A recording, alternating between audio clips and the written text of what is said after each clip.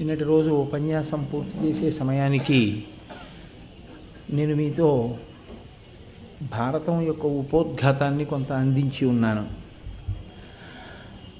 అది 4 వేదములకు తుల్యమని, పంచమ వేదంగా ప్రఖ్యాతి వహించిందని, మనుష్య జన్మ ఎత్తినటువంటి వారు ధర్మానుష్ఠానమును తెలిసి మనుష్య జన్మ యొక్క ప్రయోజనమును సిద్ధింప చేసుకోవాలి కనుక పంచమ వేదమైన భారతాన్ని చదువుకుంటే మనం ఆ ధర్మానుష్ఠానం ఎలా చెయ్యాలి అన్న విషయం మనకి అవగతం అవుతుందని నిన్నటి రోజున మనం ఆ విషయాన్ని ప్రస్తావన చేసుకుని ఉన్నాం. కవిత్రయంలో ప్రత్యేకించి చతుర్థ పర్వమైనటువంటి విరాట పర్వం దగ్గర నుంచి తిక్కన గారు ఆంధ్రీకరించడానికి పూనిక వహించి ఉన్న సమయంలో ఆయనకి హరిహరనాథుని యొక్క అనుగ్రహం, హరిహరనాథ దర్శనం వారికి అయిందని, అయినప్పుడు ఆయన పొందినటువంటి ఆ ఆనందానుభూతిని వారు వాక్కుల ద్వారా ఎలా ఆవిష్కరించారు అన్న విషయాన్ని నిన్నటి రోజున ప్రస్తావన చేసి ఉన్నాను. తిక్కన గారు వస్తుంటుంది ఎక్కువ అలవాటు. తిక్కన గారు మహానుభావుడు, ఒక గొప్ప సంకల్పం. వాల్మీకి మహర్షి సుందరకాండ ప్రారంభం చేస్తూ అంటారు ఈయేష అంటారు. ఈయేష అంటే సంకల్పం చేయడం. సాధారణంగా మనుష్య జీవితం ఎలా ఉంటుందంటే, మనసు విచ్చలవిడిగా ఇంద్రియములను గుర్రములు విడిచిపెట్టినట్టు విడిచిపెట్టి ఎటువైపు లాగేసిందో అటువైపుకి ఏడ్వబడమే తప్ప, నేను ఈ ఉపాధిలో ఉన్నాను కాబట్టి నేను ఈ ఒక గొప్ప పని అన్నదాన్ని నేను ఎందుకు చెయ్యలేను, నేను చేసి తీరుతాను, నా వల్ల అవుతుంది అని త్రికరణ శుద్ధిగా, అంటే సంకల్పం చేయలేదు అనిపించుకోకుండా ఉండడానికి ఏదో సంకల్పం చేయడం కాదు, ఇది నేను చెయ్యాలి అని త్రికరణ శుద్ధిగా సంకల్పం చేసి, ఆ సంకల్పం నిజం కావడం కోసమని చెప్పి అహర్నిశలు శ్రమించగలిగి దానినే పరమ ప్రయోజనంగా స్వీకరించగలిగినటువంటి చిత్తశుద్ధి, అటువంటి ధృతి, అటువంటి పట్టుదల కలిగినటువంటి వాళ్ళు చాలా తక్కువ మంది ఉంటారు. మీరు మహాభారతం గురించి ఒక్కసారి విహంగ వీక్షణం చేసే ముందు ఆలోచించండి. తిక్కన గారి జీవితం వడ్డించిన విస్తరి కాదు. తిక్కన గారు చాలా కష్టాలు పడ్డారు జీవితంలో. ఎందుచేత అంటే ఆయన ఏ ప్రభువుని నమ్ముకున్నారో ఆ ప్రభువు సింహాసనము నుండి తొలగింపబడ్డాడు. శత్రురాజులు రాజ్యాన్ని ఆక్రమించారు. అటువంటి సమయంలో తిక్కన గారు మనుమసిద్ధికి అజ్ఞాతవాసం చెయ్యడానికి ఆశ్రయం తన దగ్గర కల్పించడమే పెద్ద రాజద్రోహం కింద పరిగణింపబడుతుంది. అటువంటి రోజులలో తాను నమ్మినా తనని నమ్మినా ప్రభువుకి ఆశ్రయం కల్పించడమే కాకుండా మళ్ళీ ప్రభువుని అధికారంలోకి తీసుకురావడం కోసమని తాను సాహసం చేసి కాకతి గణపతి దేవ చక్రవర్తి దగ్గరికి వెళ్ళి తాను మహాభారతాన్నంతటినీ కూడా విపులీకరించి, ఆయన నీకేం కావాలి కోరుకో అని అడిగితే, నేను మళ్ళీ మా ప్రభువైన మనమసిద్ధిని సింహాసనం మీద చూడాలనుకుంటున్నాను అని తన అభిమతాన్ని వ్యక్తం చేసి గణపతిదేవ చక్రవర్తి యొక్క సహకారంతో మళ్ళీ తన ప్రభువైన మనుమసిద్ధిని సింహాసనం మీదకి ఎక్కించారు. అంటే ఆయన ఎంతటి నిస్వార్థమైనటువంటి రాజభక్తి తత్పరుడు, ఆయన ఎంతగా వేదాన్ని నమ్మారో, ఎంత అనుష్ఠించారో, ఎంత స్వార్థత్యాగం ఉన్నటువంటి వ్యక్తో, ఎంతటి పట్టుదల ఉన్న వ్యక్తో మీకు అర్థమవుతుంది.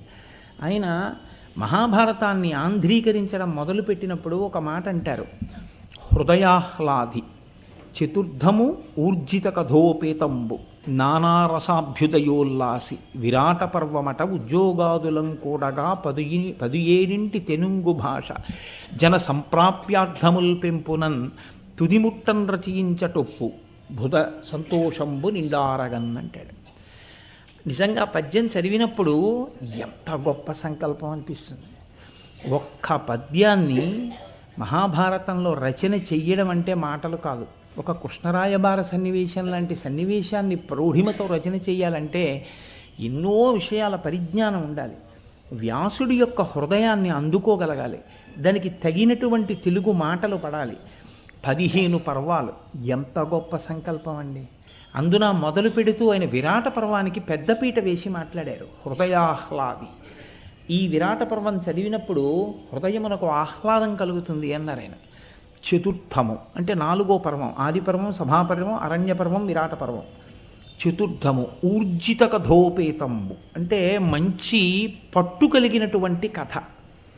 ఎందుచేత అంటే మీరు చూడండి, శ్రీరామాయణంలో సీతారాముల వివాహం అయిపోయిన తర్వాత ఇంకా రామావతార ప్రయోజనం నెరవేరాలంటే, రావణ సంహారం జరగాలంటే ఇంకా కథ కొనసాగింపు ఎలా జరుగుతుందని మనం ఆశ్చర్యపోతున్న సమయంలో అనుకోకుండా మందర వెళ్ళి కైకతో మాట్లాడిన సందర్భాన్ని పురస్కరించుకుని సీతారాముల అరణ్యవాసం నిశ్చయమైనట్లే మహాభారతంలో కూడా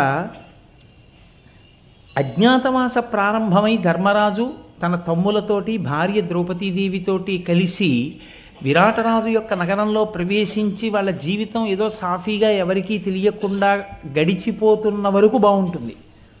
కథ రసపట్టులోకి ఎప్పుడు ప్రవేశిస్తుందంటే కీచకుడు ప్రవేశించడంతో వస్తుంది. కీచక పాత్ర ప్రవేశించిన దగ్గర నుంచి ప్రతి క్షణం భయమే. ఏదో కేవలం కథ విన్నట్టు ఉండదు. మీరు విరాట పర్వాన్ని ఆశాంతం చదివితే ఎంత కష్టం రా నిజంగా ఈ కష్టం అనిపిస్తుంది. కాబట్టి ఊర్జిత కథోపేతం నానారసాభ్యుదయోల్లాసి విరాట పర్వమట. అంటే తిక్కన గారికి ప్రత్యేకంగా విరాట పర్వం మీద ఎంత అభిమానమో మనకు అర్థమవుతుంది. అన్ని రసాలు అందులోనే పండాయి, అదొక్కటే ఒక ప్రబంధ స్వరూపం. నానారసాభ్యుదయోల్లాసి విరాట పర్వమట ఉద్యోగాదులం కూడగా పదుయేనింటి తెనుంగు భాష జన సంప్రాప్యార్థముల్ పెంపునన్ తుదిముట్టన్ రచయించటొప్పు. ఉద్యోగ పర్వంతో కలిపి విరాట పర్వం దగ్గర నుంచి నేను 18 పర్వాలని పూర్తి చేస్తాను. ఎందుకు? బుధ సంతోషంబు నిండారగన్, పండితులు సంతోషించేటట్టుగా, భగవద్భక్తులైన వాళ్ళు చదువుకుని పొంగిపోయేటట్టుగా నేను ఈ భారత కథనంతటినీ 18 పర్వాల వరకు ఆంధ్రీకరిస్తానన్నారు. ఈష అసలు ఆ సంకల్పం ఎంత గొప్పదండి. తిక్కనగారు అటువంటి సంకల్పం చేసి ఉండకపోతే వాళ్ళ తెలుగు భాషలో మహాభారతాన్ని మనం ఇలా చదువుకోవడానికి అవకాశం ఉండేది కాదు. కాబట్టి తిక్కన గారికి మనం రుణపడ్డాం. అటువంటి మహానుభావుడు కనుకనే ఆయన గురించి ఒక మాట అంటారు. పంచమవేద రూపమైనటువంటి భారతాన్ని ఆంధ్ర భాష చేసినటువంటి వాడు ఏ మహానుభావుడి పేరు చెప్పుకున్నంత మాత్రం చేత పాపములన్నీ తొలగిపోతాయో అటువంటి వారికి నమస్కారం చేసేటప్పుడు నిష్కళంకమై ఏ విధమైనటువంటి శంక లేకుండా మహాపురుషుడైనటువంటి వాడు తిక్కన గారు అన్న ఉద్దేశ్యంతో తల ఉంచి నమస్కరించవలసి ఉంటుంది. అటువంటి తిక్కన గారికి హరిహర దర్శనమైంది. హరిహర దర్శనమైనప్పుడు ఆయన ఆ హరిహరనాథుడు తిక్కన గారిని అడిగినటువంటి పద్యం మహాభారతంలో మకుటాయమానమైన పద్యం. నేను ఎందుకు మళ్ళీ ఆ విషయాన్ని ప్రస్తావన చేస్తున్నాను అంటే, రామచంద్రమూర్తికి అంకితం ఇస్తాను అన్నారు పోతన గారు. తిక్కన గారు నేను అంకితం ఇస్తాను అని అడగడం కాదు, నాకు అంకితం ఇయ్యి అని భగవంతుడు అడిగాడు. ఆయన అడగడం కూడా ఎంత గొప్పగా అడిగాడంటే, తెనుగు భాష వినిర్మింప దివురుటరయ భవ్య పురుషార్థ తరుపక్వ ఫలము కాదే దీనికెడ నియ్యకొని వెట్కమాని కృతిపతిత్వమర్ధించి వచ్చితి తిక్క శర్మ. ఆ పిలవడం కూడా ఎంత అందమైనటువంటి పిలుపో చూడండి. ఓ తిక్క శర్మ, నిన్ను నేను అర్థించి వచ్చానయ్యా అన్నాడు. ఎవరు? హరిహర స్వరూపమైనటువంటి ఆ పరమాత్మ తెనుగు భాష వినిర్మింప దివురుటరయ భవ్య పురుషార్థ తరుపక్వ ఫలము కాదే. వేదములనేటటువంటి చెట్టు చివర పండినటువంటి పండు పంచమ వేదమైనటువంటి భారతం, అందులో ప్రస్తావన చెయ్యబడని ధర్మం అన్నది లేదు.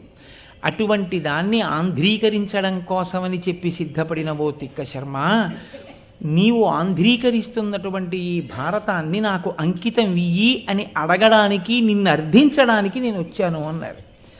అంటే తిక్కన గారు నిన్నటి రోజున మీకు నేను చెప్పాను, ఆయన ఆవిష్కరించినటువంటి వినయం ఆయన ఎంతో సంతోషంగా అంగీకరించి తాను హరిహర స్వరూపాన్ని, ఒక హరిహరనాథుణ్ణి ఒక కోరిక కోరుతారు. ఇంతకు నేర్చు నీకు ఒక ఇంతటిలోన మదీయవాణి అత్యంత విభూతి పెంపగునట్టి నిను కొనియాడ చేతదానెంతటి పెద్ద నీ కరుణనిట్లు పదస్థుడనైతి ఇంక జన్మాంతర దుఃఖముల్ తొలగనట్లుగా చేసి సుఖాత్ము చేయవే అని అడిగారు. నాకు ఒక మాట జ్ఞాపకానికి వస్తుంటుంది. పోతన గారు ఏమడుగుతారో తిక్కన గారు అదే అడుగుతారు.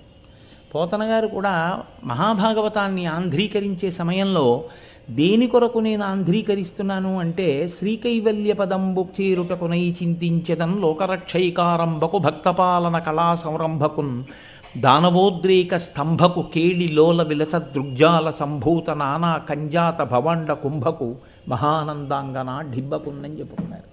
నేను శ్రీకైవల్య పదం చేరడం కోసమే నేను ఈ ఆంధ్రీకరణ చేస్తున్నాను అన్నారు. శ్రీకైవల్యం అన్న మాట అద్వైత సంప్రదాయానికి చెందినది. పునరావృత్తి రహిత శాశ్వత శివ సాయుధ్య స్థితి కొరకు నేను ఆంధ్రీకరిస్తున్నాను అని చెప్పుకున్నారు. తిక్కన గారు కూడా ఆయనని అడిగినప్పుడు, ఆ హరిహరనాథుణ్ణి అడిగినప్పుడు ఆయన అడిగిన కోరిక కూడా ఇదే. నా వాణి, నేను చెప్తున్న భారతం, నేను ఆంధ్రీకరిస్తున్న భారతం అంతటి సమున్నత స్థాయి పొందుతుంది అంటే అది కేవలం నా గొప్పతనం కాదు స్వామి, నీ అనుగ్రహం. నువ్వు నన్ను ఆంధ్రీకరించు అని ఆజ్ఞాపించడం వల్ల నాకు ఆ శక్తి కలిగి నేను ఆంధ్రీకరించగలుగుతాను. తండ్రి, నాదొక్క కోరిక, మళ్ళీ జనన మరణ చట్రములో నేను ఇరుక్కోకుండా, మళ్ళీ పుట్టవలసిన అవసరం లేకుండా, ఇదే ఈ శరీరము చిట్ట చివరిసారి పడిపోవడమై నేను మళ్ళీ పుట్టవలసిన అవసరము లేనటువంటి మోక్ష పదవి నాకు లభించుగాక, అట్లా నీవు నన్ను అనుగ్రహించాలని ప్రార్థన చేశాను. ఎంత గొప్ప మాట అన్నాడంటే, ఇవన్నీ ఎక్కడండి? తపస్సులో కాదు, కేవలం ఇంట్లో తిరుగుతూ ఏదో ఓ గుమ్మం దగ్గర అలవోకగా గోడకి జారగిలబడి ఆలోచిస్తున్నప్పుడు ఆయనకి అంతర్ముఖత్వం కలిగి సిద్ధించినటువంటి స్థితి. జనన మరణాదులైన సంసార దురితములకు అగపడకుండంగ దొలగు తెరువు కను వెలుంగు నీకిచ్చితిననిన లేచి నిలిచి సంతోషమెదనిండ నిలబుకొనగా. ఆయన అన్నారు, జనన మరణములనేటటువంటి సంసార ప్రవాహంలో మళ్ళీ నువ్వు పడిపోవలసిన అవసరం లేకుండా ఉండాలి అంటే ఒక వెలుగొకటి నీకు రావాలి. ఆ వెలుగు నీకు నా అనుగ్రహం చేత సిద్ధిస్తోంది అన్నారు. ఆ వెలుగు అంటే అదే జ్ఞానము. జ్ఞానము అదే భాష, కాంతి, అదే ఆత్మ. నీకు తెలియబడుతోంది, నీవే ఆత్మ అని తెలియబడుతోంది. నీవు జీవబ్రహ్మైక్య సిద్ధిని పొందుతున్నావు. ఆ వెలుగు నా చేత నువ్వు పొందుతున్నావు కనుక ఇక నువ్వు జనన మరణ చక్రమునందు పడవు, సంసారమునందు ఉండడం అన్నది తటస్థించదు. ఇదే నీకు చిట్ట చివరి జన్మ. ఈ శరీరం ఈసారి పడిపోవడమే ఆఖరిసారిగా శరీరం పడిపోవడం. ఇంకొకసారి శరీరం పడడం ఉండదు. ఎందుకు ఉండదు అంటే వేరొకసారి నువ్వు పుట్టవు కనుక. ఈ స్థితి మహాభారతాన్ని ఆంధ్రీకరించడానికి సంకల్పం చేసిన తిక్కన గారికి హరిహరనాథుడు తనంత తానుగా నడిచి వచ్చి తిక్కన గారి తండ్రి కొమ్మన గారితో తనని తాను పరిచయం చేయించుకుని కృతిపతిత్వాన్ని అర్థించి తిక్కన గారికి ఇచ్చినటువంటి గొప్ప వరం.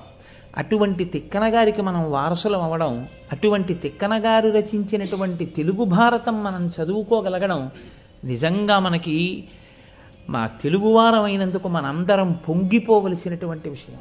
ఏమి తెలుగు చేశాడో మహానుభావుడు 18వ పర్వం వరకు చేశాడు.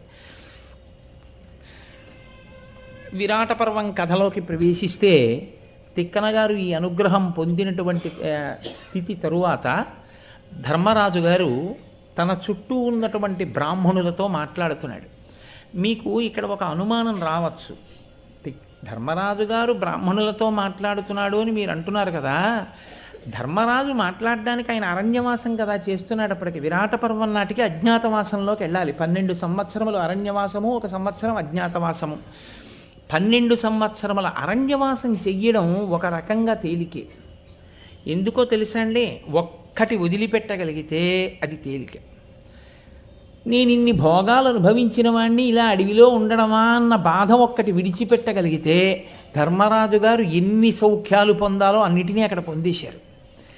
ఎందుకు పొందగలిగారని నేను అంటున్నానో తెలుసా అండి? ఆయనకి మహాత్ముల యొక్క సందర్శనమైంది.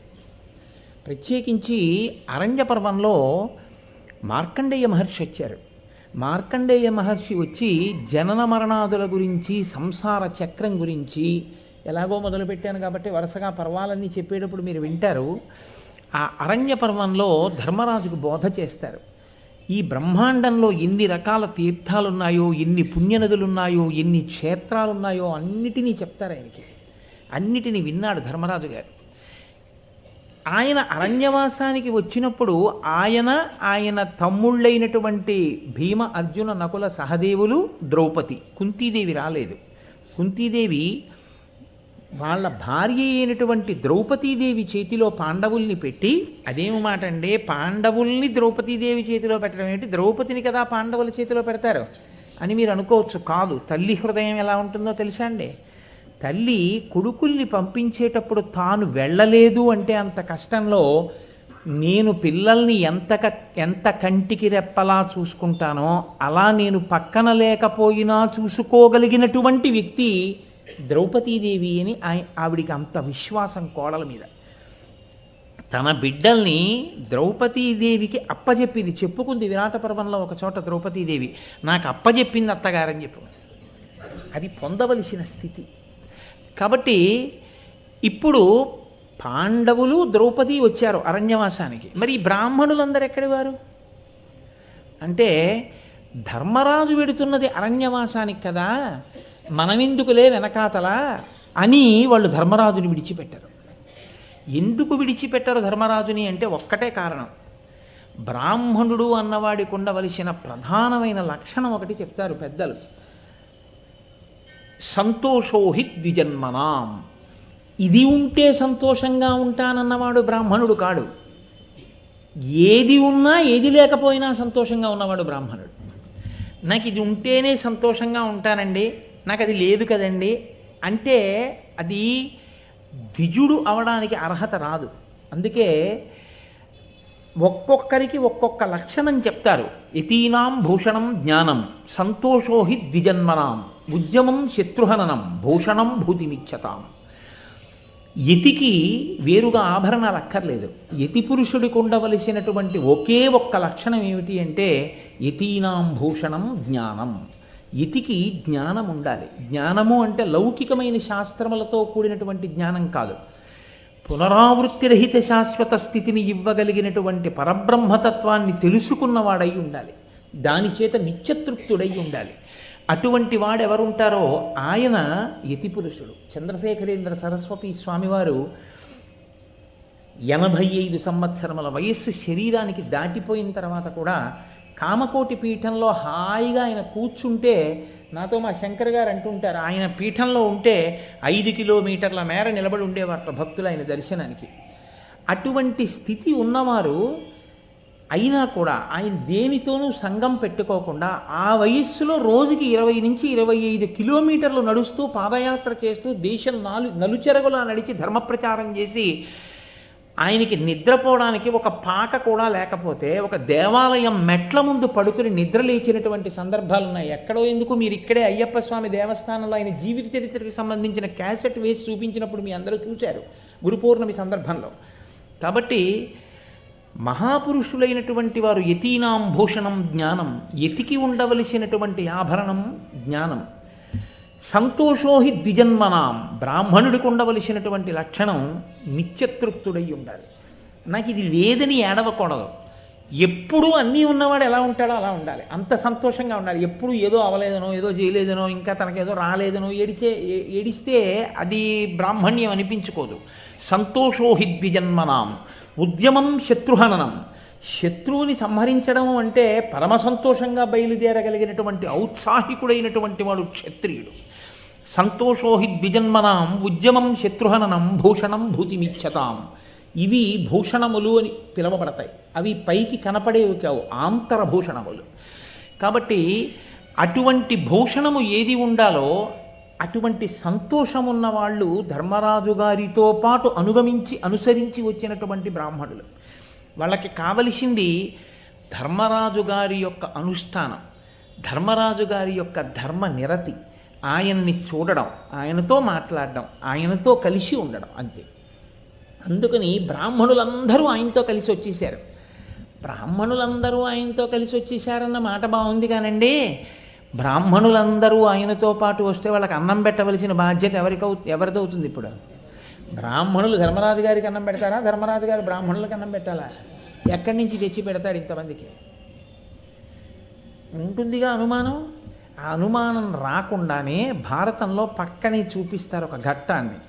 ఘట్టం అరణ్యకాండలోది, ఘట్టం అరణ్యపర్వంలోది. కానీ తిక్కనగారేమి మూలంలో వ్యాసుడు కానీ ఆంధ్రీకరించేటప్పుడు తిక్కనగారు కానీ ఆ ప్రస్తావన తెచ్చుకోవడానికి వీలైన రీతిలో ప్రబంధ స్వరూపంగా విరాట పర్వం ఒక్కదాన్ని ప్రారంభం చేసి చెప్పుకుంటున్నా ఎక్కడ కావాలంటే అక్కడ ముడిపడే రీతిలో కథాగమనాన్ని తీసుకెళ్లారు. ఎందుకు వచ్చారు బ్రాహ్మణులు, ఎలా పోషించారు ధర్మరాజు గారు, మీకు నేను చెప్తాను. కొద్దిసేపట్లో వస్తుంది ఆ ఘట్టం, కాబట్టి ఇప్పుడు చెప్పక్కర్లేదు, దాన్ని విందురు కానీ మీరు. కాబట్టి ఇప్పుడు ఆ బ్రాహ్మణులందరూ ఇంతకాలం ధర్మరాజు గారితో ఉన్నారు. ఎందుకున్నారు? ధర్మరాజు గారు అరణ్యవాసంలో ఉన్నారు కాబట్టి. ఇప్పుడు ఆయన అజ్ఞాతవాసంలోకి ఎడుతున్నారు. అంటే ఆయన ఎవరో ఎవ్వరికీ తెలియకూడదు, ఆయన ఎవరూ గుర్తుపట్టకూడదు. ఇదే అడిగాడు జనమేజయుడు. గుర్తుపట్టకుండా ఉండడానికి వాళ్ళేం మామూలు మనుషులు కావు, వాళ్ళ రూపాలే చాలు. అసలు వాళ్ళని చూసేటప్పటికే దేవతాస్వరూపాలు, ఒక్కొక్కరి యొక్క విగ్రహం అలా ఉంటుంది. అటువంటి వాళ్ళు ఎవరూ గుర్తుపట్టకుండా ఉండడం ఎలా?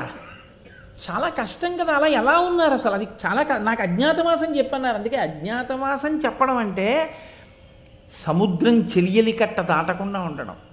ఇంకా కష్టానికి పరాకాష్ట అన్నమాట అండి. అంత ఓర్పు వహించారు పాండవులు.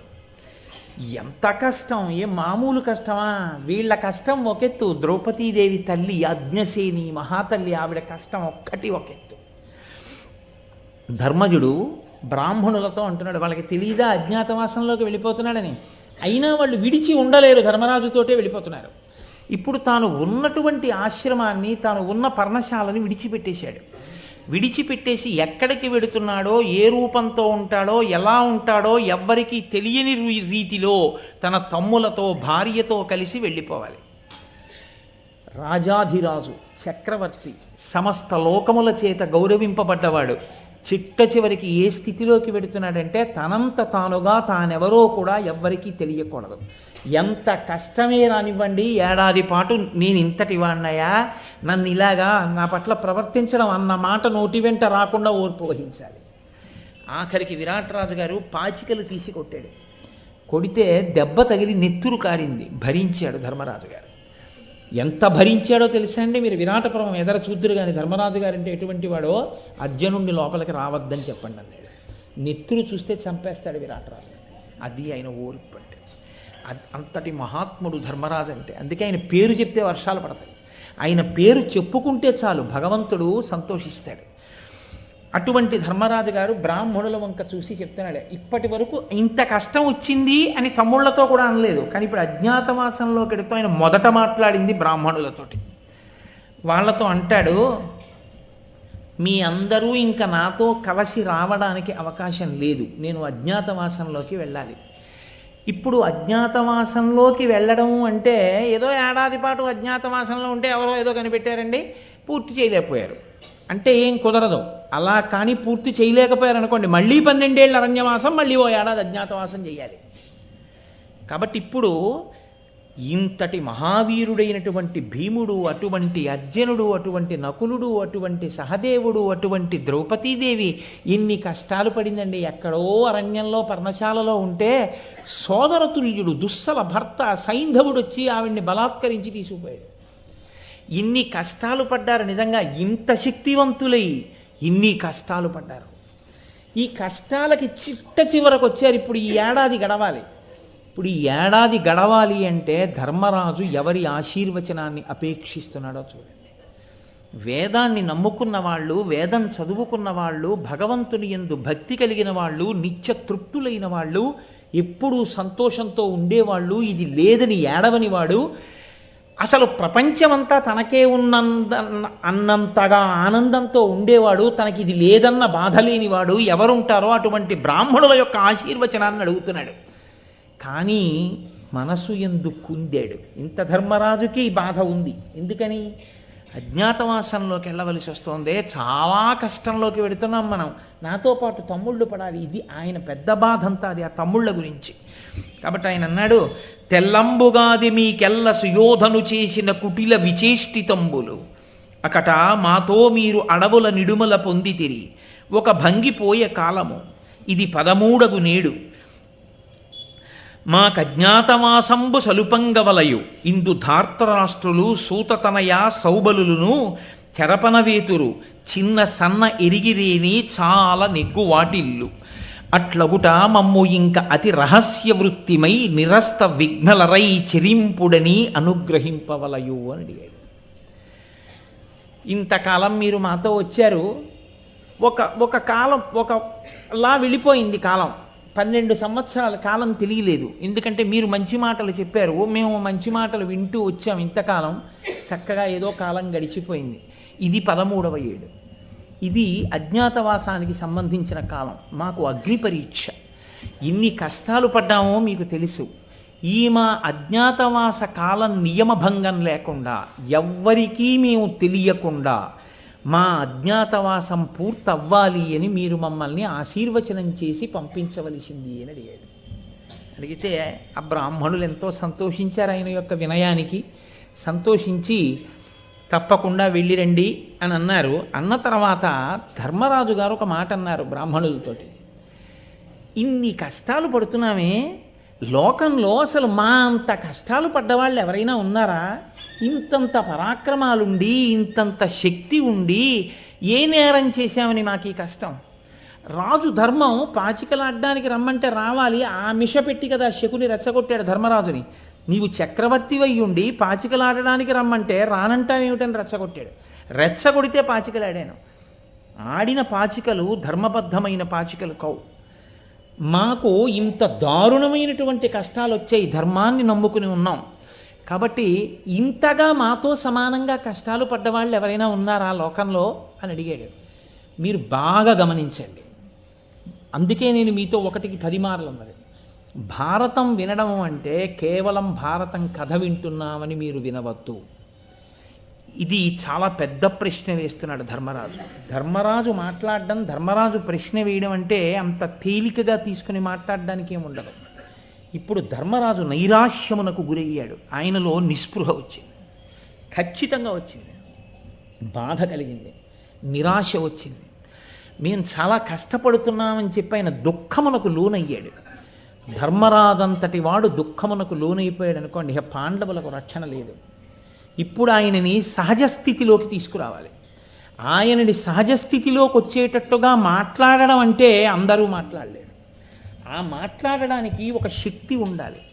ఆయనకి బోధ చెయ్యాలి అంటే దానికి ఒక స్థితి ఉండాలి, దానికి కొంత శాస్త్ర పరిజ్ఞానం ఉండాలి. ఎవరు పడితే వాళ్ళు ధర్మరాజుకు బోధ చేయడం కుదరదు. ఏమీ తెలియని వాడికి చెప్పచ్చు, అన్నీ తెలుసున్నవాడే బెంబేలు పడిపోతే ఆయనకి మీరు చెప్పగలిగింది ఏముంటుంది? ఒక్కటే చెప్పాలి. ఇన్ని తెలుసున్న మీరు బెంబేలు పడిపోతే ఇంకా మేము ఎవరికి చెప్తాం అని కదా చెప్పాలి. మీరు సాధారణంగా వింటుంటారు, కష్టం వచ్చినప్పుడు అన్నీ తెలుసున్నవాడు కూడా విచలితుడు అయ్యాడు అనుకోండి, ఈ మాటే అంటారు. మీరు 10 మందికి చెప్పవలసిన వారు మీరే ఇలా బాధపడిపోతే ఇంకా మేము ఎవరని చెప్పగలం మీకు అంటుంటారు. కాబట్టి ఇప్పుడు ధర్మరాజుతో ఈ మాట అనడానికి అర్హుడైన వాడు ఎవడుంటాడు ఆయన దగ్గర? ఎవరో ఉండాలి. ఉండకపోతే ఇప్పుడు ఆ జవాబు చెప్పడం కుదరదు. మీరు ఎవరు పెద్దరికం తీసుకుని మాట్లాడుతున్నాడో ఇప్పుడు ఆయన ఖచ్చితంగా పెద్దరికం ఉన్నవాడు. భారతంలో గొప్పతనం ఏమిటో తెలుసా అండి? ఇటువంటి సందర్భాన్ని బట్టి ఆ సందర్భంలో మాట్లాడే మాటలు అంటే మీరు ఎర్రసిరాతో దాన్ని జాగ్రత్తగా రాసుకుని మనఫలకం మీద రాసుకుని జ్ఞాపకం పెట్టుకోవాలి. ఎందుకంటే ఈ మాటలు మిమ్మల్ని దిద్దుతాయి, మీ జీవితాన్ని దిద్దుతాయి, మిమ్మల్ని ధర్మపథంలో నడిపిస్తాయి. ప్రతి చిన్న విషయానికి మీరు విచలితులైపోకుండా, కదిలిపోకుండా మిమ్మల్ని పట్టి కాపాడతాయి. ఎవరు మాట్లాడుతున్నాడు ఇప్పుడు? ధౌమ్యుడు మాట్లాడుతున్నాడు.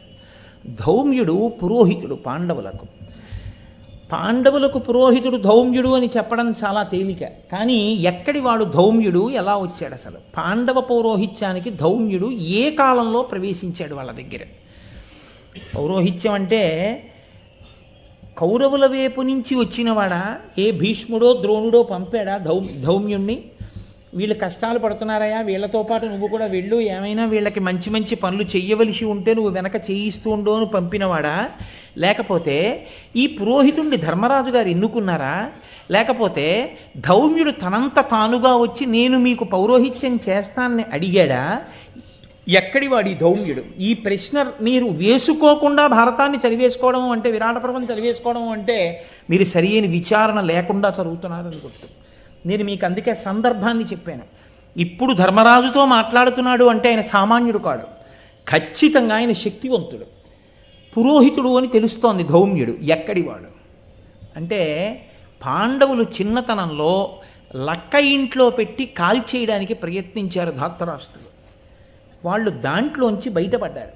బయటపడి పంచపాండవులు కుంతీదేవితో కలిసి బ్రాహ్మణ వేషాల్లో వెళ్ళిపోతున్నారు, మారు వేషంలో తిరుగుతున్నారు. అప్పటికి ఎందుకు అలా తిరగడం అంటే ఒక ధర్మ సూక్ష్మం ఒకటి ఉంది లోకంలో. యజ్ఞోపవీతం ఉన్నవాడే ఆత్మహత్య చేసుకు చచ్చిపోతే లోకాన్ని నడిపించగలిగినటువంటి నాయకుడు ఉండడు. కష్టాలు వస్తే ఓర్చుకోవలసిన మొదటి లక్షణం ఎవరికి ఉండాలంటే ఎవడు వేదాన్ని నమ్మాడని గుర్తో అలా యజ్ఞోపవీతం వేసుకున్న వాళ్ళు కష్టాలకి కదిలిపోకుండా తట్టుకు నిలబడి అనుభవంతో వెనక వాళ్ళని నడిపించగలగాలి. అందుకే అసలు బహుశా అందుకేనేమో ఉపనయనం చేసినప్పుడు ముందు భిక్ష అడగండి అంటారు. అంతటి పరిస్థితి వస్తే భిక్షాటన చేసైనా బతకాలి తప్ప తాను చావడానికి మాత్రం వీల్లేదు. అందుకని భిక్షాటన చేసి బతికారండి పాండవులు. భారతం వింటే మనకి ఏదో మిడిల్ బెర్త్ దొరకకుండా విండో సైడ్ మిడిల్ బెర్త్ దొరికినంత మాత్రాన పెద్ద కంగారు పడిపోయి దానికి జీవితమే పోయినట్టు ఏమైపోదు.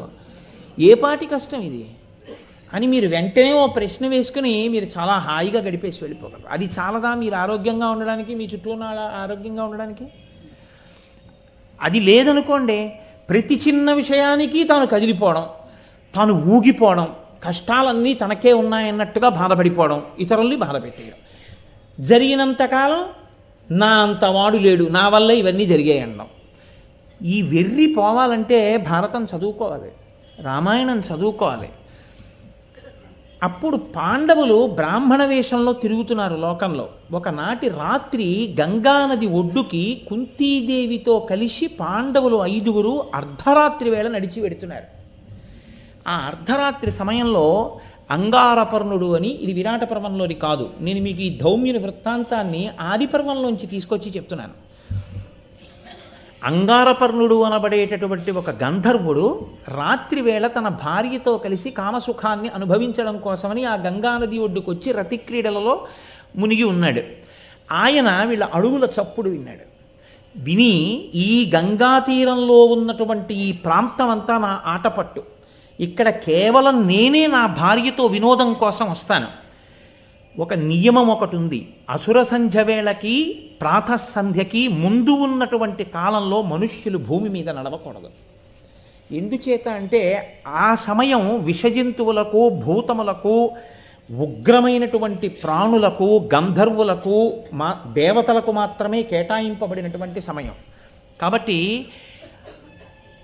ఆ సాయంకాలం ఎప్పుడైతే సంధ్యావందనం చేసుకునే సమయం దాటిందో ఇంకా ఉగ్రమైన భూతములన్నీ కూడా పైకొస్తాయి. అందుకే కదండి నేను ఓ డాక్టర్ గారు నాతో అంటే, నేను ఏదో పాము కరిచినటువంటి సందర్భం గురించి ఎప్పుడో సందర్భం వస్తే నాతో డాక్టర్ గారు అన్నారు, తెల్లవారుజామున పాము కరిస్తే బతుకుతారు కోటేశ్వరారు, చీకటి పడుతుండగా పాము కరిస్తే బతకడం కష్టం అండి అన్నారు. అంటే ఏమంటే అలా ఎందుకు తేడా అని అడిగాను నేను. అడిగితే అది పగలంతా ఆకలితో ఉండి చీకటి పడే వేళటికే పైకి వస్తుంది ఆహారం తినడానికి, పగలు ఎలకలు తిరుగుతున్నది రాదండి, చీకటి పడ్డాకే వస్తుంది, అసుర సంధ్య వేళ దాటుతుండగా వస్తుంది. తన ఆహారం పట్టుకోవడం కోసమని తిత్తుల నిండా విషం పెట్టుకొని వస్తుంది, ఆకలితో ఉంటుంది, తను తిరగవలసిన సమయం. అప్పుడు మనం వెడితే అది కరిస్తే విషపు తిత్తులలో ఉన్న విషం అంతా మనకెక్కుతుంది. కాబట్టి అసుర సంధ్య వేళలో బయటికి వెళ్ళకండి అని పురుగు పుట్ట తిరిగే వేళ బయటికి వెళ్ళకండి అనేవారు చిన్నతనంలో. కారణం ఏమిటంటే అక్కడ చెప్తాడు మహానుభావుడు, ఆదిపర్వంలో చెప్పాడు గంధర్వుడు. అంగారపర్ణుడు అంటాడు, ఇది కేవలము అర్ధరాత్రి సమయం, ఈ సమయంలో మనుష్యులు తిరగకూడదు, కాబట్టి మీరు అలివి మీరి వచ్చారు, మీరు రాకూడని సమయంలో వచ్చారు, ఇప్పుడు నేను నా భార్యతో ఇక్కడ వినోదం అనుభవిస్తున్నాను, మీరు ఎందుకు వచ్చారు కాబట్టి మిమ్మల్ని నేను నిగ్రహిస్తున్నాను, మీకు ఈ పాటి తెలియదా ఎంత ధైర్యం చేసి వచ్చారు, కాబట్టి ఇక మిమ్మల్ని నేను నడవడానికి అవకాశం ఇవ్వను అని బాణములు తీసుకుని ప్రయోగించాడు. ప్రయోగిస్తే అర్జునుడు చూసి అన్నాడు, ఈ పాటి బాణములకు బెదిరిపోయే వాళ్ళమని అనుకోకు, ఉత్తర క్షణంలో నీ బాణములనన్నిటినీ నిగ్రహించి నిన్ను చాప చుట్టి పడగొట్టినట్టు పడగొడతానేమనుకున్నావో అని కురివితో, చేతితో పట్టుకున్నటువంటి కురివితో అంగారపర్ణుడు వేసిన బాణాలన్నింటినీ కూడా చిందరవందర చేసి తన ధనస్సులో బాణములను సంధించి విడిచిపెట్టి అంగారపర్ణుడిని కొట్టాడు. కొడితే ఆ అంగారపర్ణుడి కింద పడిపోయాడు. పడిపోతే ఆయన్ని తీసుకొచ్చారు ఈడ్చి. ధర్మరాజు గారు కూర్చుని ఉన్నారు. పాండవులది మీరు భారతం కొంచెం జాగ్రత్తగా చదివితే అదో గమ్మత్తు. వాళ్ళు ధర్మరాజుతో విభేదించరు అని మీరు అనుకుంటే తప్పు. ధర్మరాజుతో విభేదించకపోవడం అన్నది ఎప్పుడు ఉంటుందంటే ధర్మరాజుతో సమానమైనటువంటి జ్ఞానం ఉంటే.